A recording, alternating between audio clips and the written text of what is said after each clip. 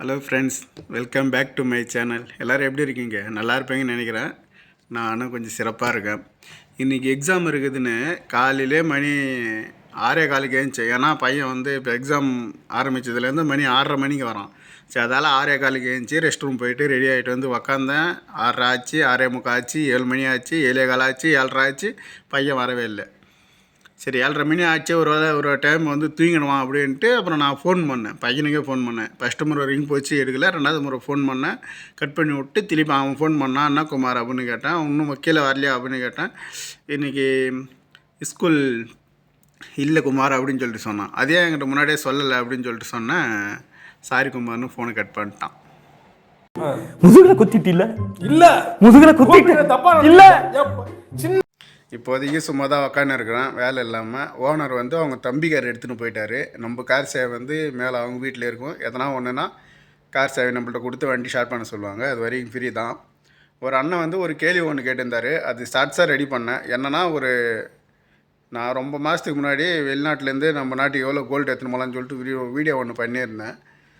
சரி, அதில் வந்து கீழே கமெண்ட் பண்ணியிருந்தார், இதுமாரி கோல்டாக எடுத்துன்னு போகலாமா இல்லை பாரா எடுத்துன்னு போகலாமா அப்படின்ட்டு.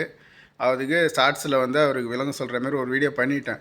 சரி, லென்த் வீடியோவில் அந்த ஸ்க்ரீனிங் ரெக்கார்டோட ஒரு நிமிஷம் மட்டும் வர மாதிரி போடலாம். ஏன்னா இது ஒரு தகவல் தானே, ஏன்னா முக்கியமான தகவல். இப்போ எல்லாம் வெக்கேஷனுக்கு ஊருக்கு போவாங்க, சிம்பிளாக ஷேர் பண்ணிக்கலாம் அப்படின்ட்டு. பின்னாடி அந்த ஸ்க்ரீன் ரெக்கார்டு வரும், அதை கொஞ்சம் பார்த்துருங்க.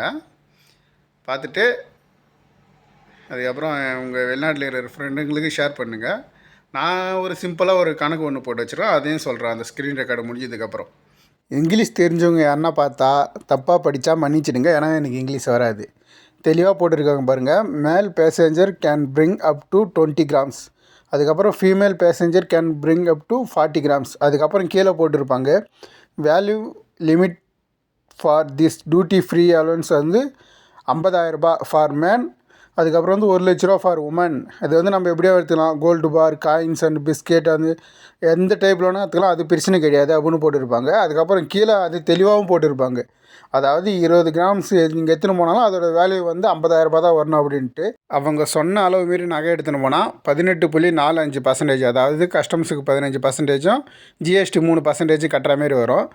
அது வந்து நம்ம எவ்வளோ நகை எடுத்துன்னு போகலான்னா, நீங்கள் வந்து 6 மாதம் தங்கியிருக்கணும், நீங்கள் வந்து 1 கிலோ வரைக்கும் எடுத்துன்னு போகலாம் அப்படின்னு தெளிவாக வச்சுருப்பாங்க. 1 கிலோலாம் எடுத்துன்னு போகிறதுக்கு நம்ம கோடீஸ்வரனாக இருக்கணும். என்ன தான் இந்தியா கஸ்டம்ஸ் 20 கிராம் 40 கிராம் நகை எடுத்துன்னு வரலாம் அப்படின்னு பர்மிஷன் கொடுத்தாலும் நம்மளால் அவ்வளோலாம் எடுத்துன்னு போக முடியாது. ஒரு சிம்பிள் கணக்கு ஒன்று சொல்கிறேன், தெரிஞ்சுக்குங்க. இன்றைக்கி நிலைமைக்கு 1 கிராம் நகை வந்து 7,500 விற்குதுன்னு வச்சுக்குவோம் நம்ம தமிழ்நாட்டில். 7,500.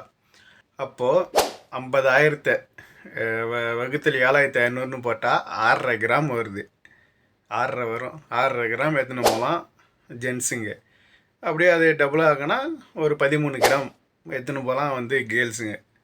அதான் எடுத்துன்னு போக முடியும். ஆனால் சில பேர் வந்து சொல்லுவாங்க, நான் வந்து 10 பவுன் எடுத்துன்னு போனேன், நான் 8 பவுன் எடுத்துன்னு போனேன். அதெல்லாம் அவங்க அதிர்ஷ்டமாக இருக்கலாம், அவங்களுக்கு நல்ல நேரமாக இருந்திருக்கலாம், இல்லை சில பேர் பெருமைக்குன்னு சொல்லலாம். ஆனால் உண்மை அவங்களுக்கு தான் தெரியும். அவங்க எடுத்துன்னு போன மாதிரி நம்மளே எடுத்துன்னு போய் முடியுமா அப்படின்னு கேட்டால் அதுதான் ஒரு சின்ன சிக்கல். ஏன்னா நம்ம நேரம் எப்படி இருக்குதுன்னு நம்மளுக்கு தெரியாது. இல்லை, நல்ல நேரமாக தான் எடுத்துன்னு போயிடலாம். அதே கொஞ்சம் கெட்ட நேரமாக இருந்துச்சுன்னா நம்ம கஸ்டம்ஸ்லேயே மாட்டி உக்கார வேண்டியது தான். வேறு என்ன பண்ண முடியும்? இது ஏற்கனவே ஷேர் பண்ண தகவல் தான். இந்த டைமும் ஷேர் பண்ணுறது கொஞ்சம் கஷ்டமாக தான் இருக்குது. ஆனால் வேலை இல்லை. அந்த வேலை இல்லாத ஒரே காரணத்தால் மட்டும்தான் இது சிம்பிளாக கொஞ்சம் ஷேர் பண்ணிக்கிறேன். ஏன்னா ஓனர் இங்கே இருக்கிற வரைக்கும் நம்மளுக்கு வேலை கொஞ்சம் எடுபடியாக தான் வரும். ஏன்னா அவர் வண்டி அவர் வச்சுன்னு இருக்கார், மேடம் வெளியே போக மாட்டாங்க. அதனால்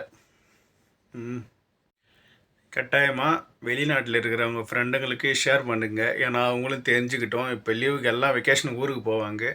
அதிகமாக நகை எடுத்துன்னு போய் நம்ம ஏர்போர்ட்டில் மாட்டின்னு மொழிக்கிறதுக்கு திட்டமாக எடுத்துன்னு போய் ஜம்முன்னு வெக்கேஷன் கொண்டாடிட்டு வரலாம். ஏன்னா பல நியூஸ் நம்ம கேள்விப்பட்டிருக்கோம். இப்போ புதுசாக ரீசெண்டாக கூட ஸ்ரீலங்காலேருந்து யாரோ ஒருத்தவங்க சென்னைக்கு வந்து சொந்த தாலியே கைட்டு வைக்க சொன்னாங்க. அப்புறம் மலேசியாவிலேருந்து ஒருத்தவங்க போய் அதுமாரி நகை பிரச்சனை ஆயிடுச்சு, கைட்டு வைக்க சொன்னாங்க அப்படின்ட்டு கேஸ்லாம் வேறு நடந்துச்சு. அதுமாரி இதுவே நம்மளுக்கும் வேணாம். அதுக்கோசரம் தான் இந்த ஒரு சின்ன தகவல் ஷேர் பண்ணிக்கிறேன். சரி ஃப்ரெண்ட்ஸ், நாளைக்கு வீடியோவில் சந்திப்போம். பாய்.